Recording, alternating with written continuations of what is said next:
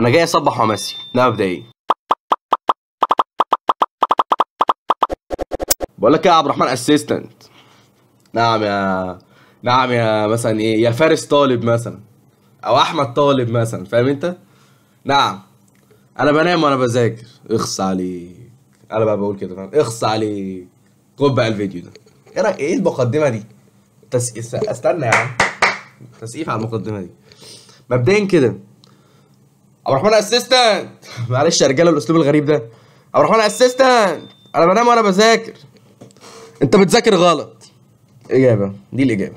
طيب معلش، اصل باصص هنا عشان بكتب سكريبت، وانتوا عارفين طبعا انا عادتي ان انا ما بكتبش سكريبتات، بس نعمل ايه بقى؟ عندي ظروف المره دي. مبدئيا كده يا زميلي، انا كان عندي المشكله دي. حليتها ازاي؟ بالضغط. فيديو الفاجر الموتيفيشن الاسطوره المفيد اللي فات بتاع ازاي تضغط، كنت بضغط اي حاجه، كنت بضغط. ازاي كنت بتضغط يا عبد الرحمن؟ خد دي يا صاحبي.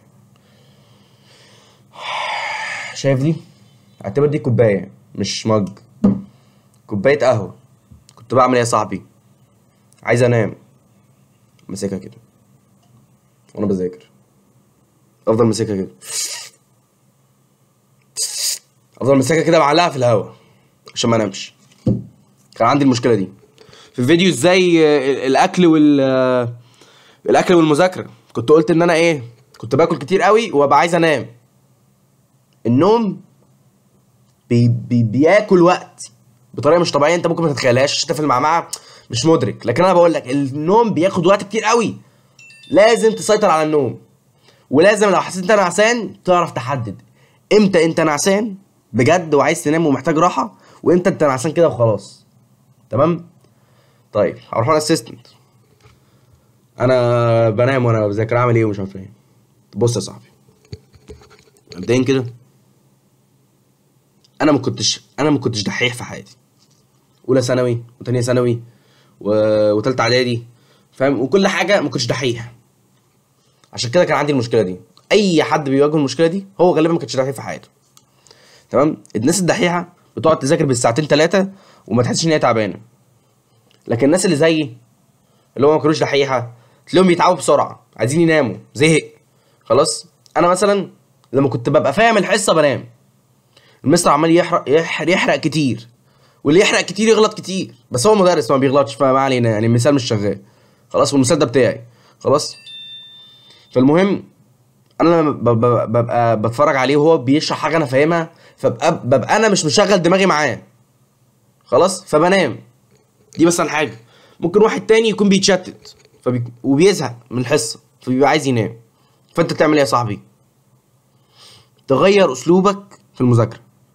في الاول خالص، في اول الفيديو قلت لك ايه، انت بتذاكر غلط خلاص، فانت لازم تغير ايه اسلوبك في المذاكره، يعني ما تبقاش ممل. طيب بص يا صاحبي، لو انت بتنام وانت بتذاكر، فانت عندك حالتين: يا انت بتتشتت خلاص فبتبقى بتزهق، فمن كتر الملل بتبقى عايز تنام، يا انت ذكي قوي فانت ايه، بتفهم بسرعه وبتزهق. لما المستر مش بيشغلك دماغك بتزهق. وانت في الحالتين انبسط. ليه بقى؟ لو انت بتفهم بسرعه وبتزهق، ده معناه ان انت عندك كباسيتي تعمل حاجه تانية. يعني ايه؟ وانا بتفرج على حصه الماس مع عمر الشربيني، هو شرح مساله قام وقف وحللها انا. حط لود على لودك. انت دلوقتي مثلا قاعد زهقان سامع الحصه، ماشي يا عم مهري، اخلص، فهمت؟ شغل نفسك طالما عندك مساحه، شغل نفسك، اكتب، اكتب نوتس، فاهم؟ طريقه كتابه النوتس دي ما بتخليكش تنام خالص. هو حاطط سؤال على الشاشه، اقفل واكتب وحلها، ما تبقاش ممل. خليك مع لو انت بتاخد اونلاين يعني، اقصد فاهمني، ما تبقاش ممل.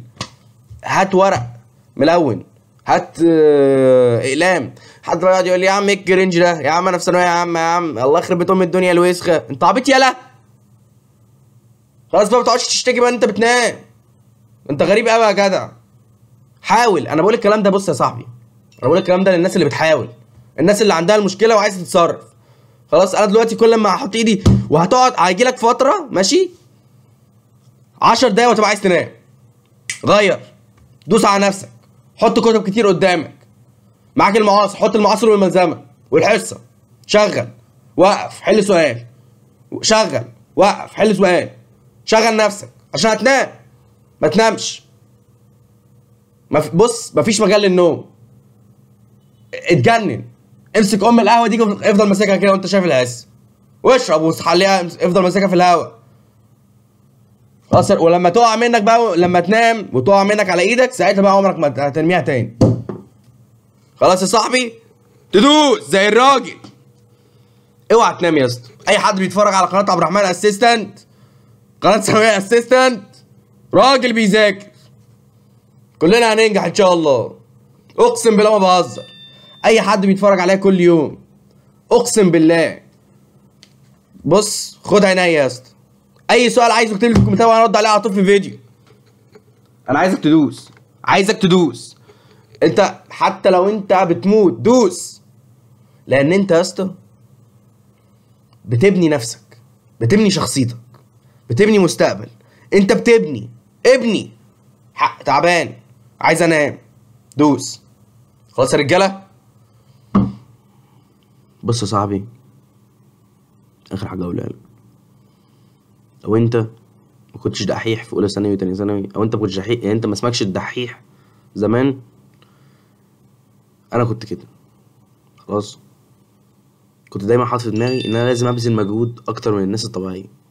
يعني انت لو الناس الطبيعيه بتحل الواجب، انا لازم احل الواجب وشويه، فاهمني؟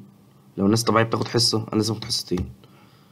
لو صاحبك اللي جنبك بياخد حصه، لازم انت تاخد حصتين، عشان انت ايه؟ مكنتش دحيح. لو هو بيتعب من حصه، خلاص انت ما ينفعش تتعب، انت لازم تدوس. هو ممكن يكون بياخد حصتين وما بيتعبش، خد نفس الحصتين بس اتعب، مش فارقه. خلاص يا رجوله، سلام.